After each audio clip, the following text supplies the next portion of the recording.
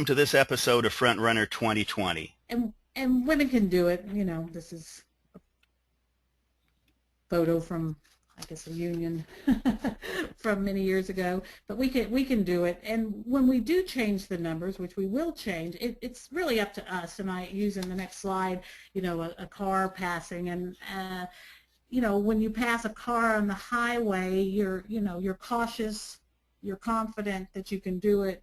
You've passed a car before, but you got to do it, you know. And I mean, it's not so Pollyanna that it's so easy to run for any candidate, but this idea of not passing because you're so used to being in the one lane, you can assess the risk, just like when you're passing a car. You're assessing the risk, you're confident, but you're cautious. You know, everyone knows you got to protect the family.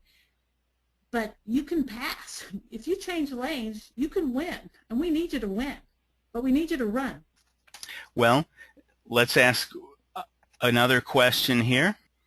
What do you need in order to decide whether to run? So let's say you're part of that population in our earlier poll that said you're thinking about it. You may select more than one. What do you need in order to decide whether to run?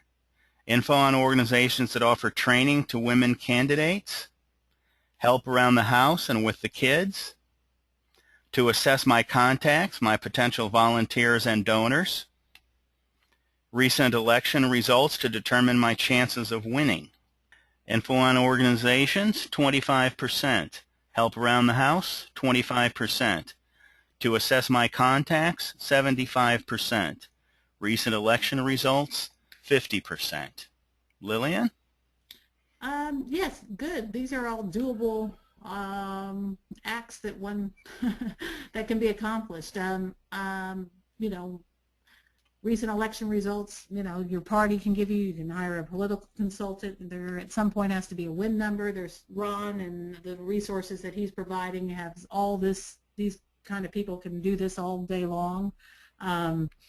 To assess the contacts of potential volunteers, you know, that's something I think that's great. I mean, when you sit with whether it's a consultant for your campaign or your finance chair or your kitchen cabinet, which is so doable to have a kitchen cabinet and have them, you know, go through, you know, who do we know, who do we have our money with, who are our stocks with, who runs my 401, all those people, they could potentially donate to my campaign. And we know how to do this, and there's lots of resources out there.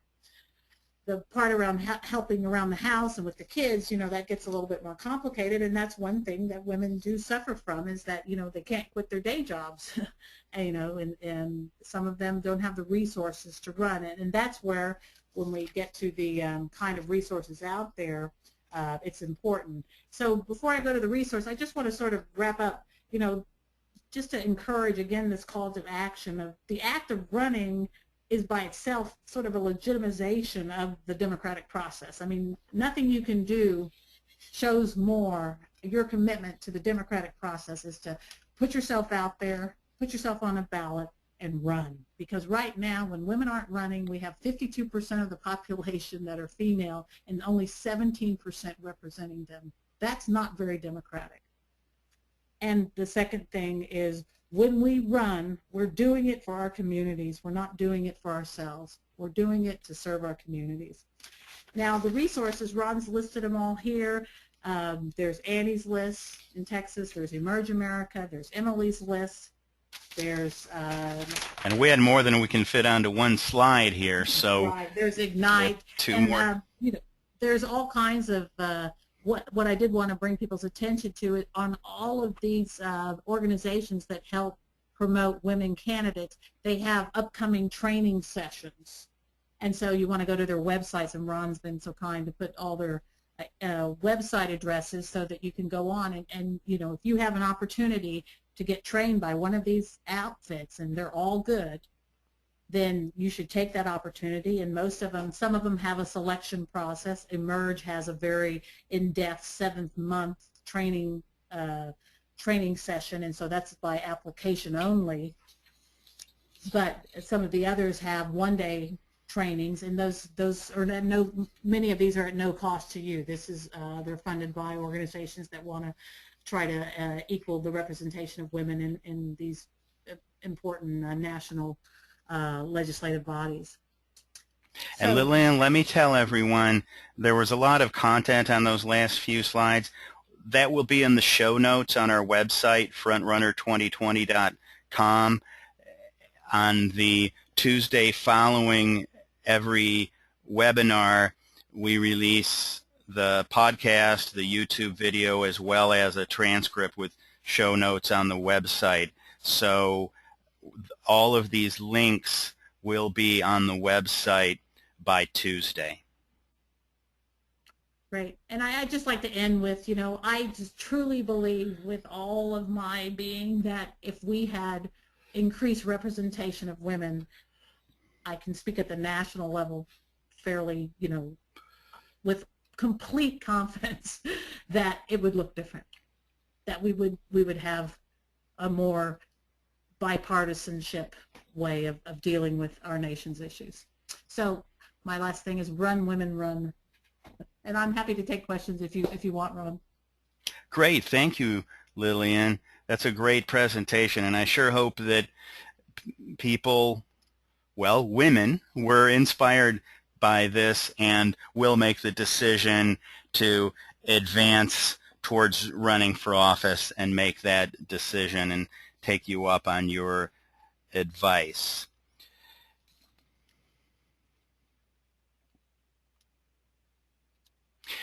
While we're taking the questions, we'll leave Lillian's contact information up here. She's been generous enough to share that.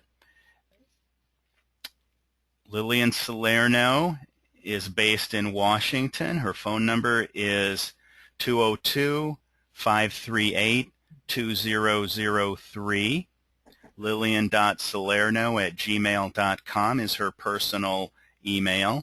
LILLIAN.SALERNO@gmail.com. And Lillian, I have a question to present to you from Elise, who does not have microphone capabilities, but that's an interesting question. At one point in the presentation, you mentioned the issue that some male elected officials come out of a business background and that women are underrepresented in business. So the one of the weaknesses is possibly business management skills. So could you comment on that? Sure. No, that's a great question. Well, I usually speak, when I'm not speaking about politics, I speak about women in business. So I just did a speech on this, and it's just the numbers are they're almost identical to the women representation in politics. It's about the same for business, except for it gets a little worse at the top in business. Only 3% of CEOs are women of Fortune 500 companies. But so some of the, sort of where you would go to recruit candidates when you're going into corporate structures, you're not going to see as many women, and therefore they're not going to have be as trained in, say, business management. And I think she's absolutely right. And so that's one of the things, at least, that some of these training programs that are listed at the end of this presentation do help with. I mean, a lot of politics, a lot of being a legislator is just, having a lot of balls in the air, and certainly managing staff, but a lot of it is stuff that women do whether they're in business or not. That's a good point. That's right. There are all of these other activities that you mentioned as volunteers where those types of management skills are honed.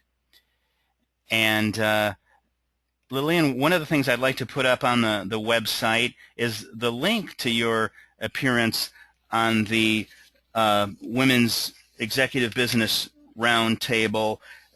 Maybe that's too long of a URL for us to state on the show now, but I I'll make sure that I get that included in the show notes because you all would find that really interesting.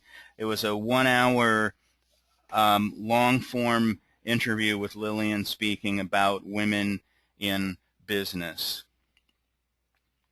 So our next question comes from Johnny. Talk to us. Thank you, Lillian. Very interesting, and I concur with many of your assessments, indeed. My question, or really a scenario that I'd like to pose to you is this. As a volunteer on a women's campaign last year here in my city of Irving, I encountered several sexist objections. She's too young, she's too pretty, she's sort of family first, she's not had enough business experience. How do you address the uppity woman, she's not, it's not a feminine thing to be in politics mindset? Oh, I love that question. Thank you. Well, I mean, it was really relevant, and I found it relevant in many other campaigns I've worked on for women, so I just was curious. Yeah, and I think that's, I think it's absolutely, and I've seen it also, and I think when I was doing my Jack and Jill, I probably didn't say that because Jack in that situation, if he had been a woman, I don't think he would have done it. I don't think he would have done for delegate because of those kind of potential criticisms. But he got by with it and was supported by the party and a lot of us because you know, he had sort of credibility because he was a male. So one of the things. Oh, I'm sorry, I didn't mean to interrupt you. No, one of the things about that, I think the subtext is that she might get pregnant and quit. Yeah, that's what you find that in business a lot too. Well, Jack couldn't do that. Well, certainly, I know that happens in business, and it certainly, you know, women certainly happens in the legislature. But I mean, this idea that, you know, people shouldn't have babies and legislate, makes no sense. But it's certainly out there, and I think that's just all up to all of us to make sure that we knock those objections down as fast as they throw them up. But it is going to take, you know, we're going to have more and more role models of women that get into politics and leadership positions, and it's going to be easier. And, you know, Nancy Pelosi didn't start till after she'd had her children, and ended up becoming a pretty good legislator herself. But absolutely, that's out there. Thank you. Thank you. Thanks, Johnny. And Stephanie is up next. I'm in Austin working for a male rep at the House, and kind of what I've noticed is that it feels like it's women-populated when we're volunteering and working on campaigns, but still male-dominated as far as leadership positions. And so I kind of feel like one thing we can also do is make sure that if we're not quite ready to run ourselves, that we're working on teams where women are in charge of those organizations and campaigns. What's your feeling? Absolutely, and that's one of my pet peeves. You know, I work in Washington, but I've worked at the state level. But when you walk into an office and the whole sort of pit is all women, but the chief of staff and the deputy chief of staff and the communications director are all males, of, you know, and there's a whole team of women that are all, there's no leadership, and you know, not just in Texas, by the way, but it's very, very troublesome, because when you're on campaigns, you see that, you know, many of those volunteers that are bringing those votes in, that are planning those events, that are canvassing those doors, that are making those phone calls are the women. And then the gentleman gets elected, and then the leadership of the state office is not those same women. So yes, that's up to all of us to work on and keep pushing women into these roles. And I mean, we're getting a little better, I'd have to say, over the last 15 years, but not a lot, quite frankly. Though I'm just going through my head of how many that I know that are female, but we're not getting that much better. So yes, that's a great question, and that's a call to action for everybody out there.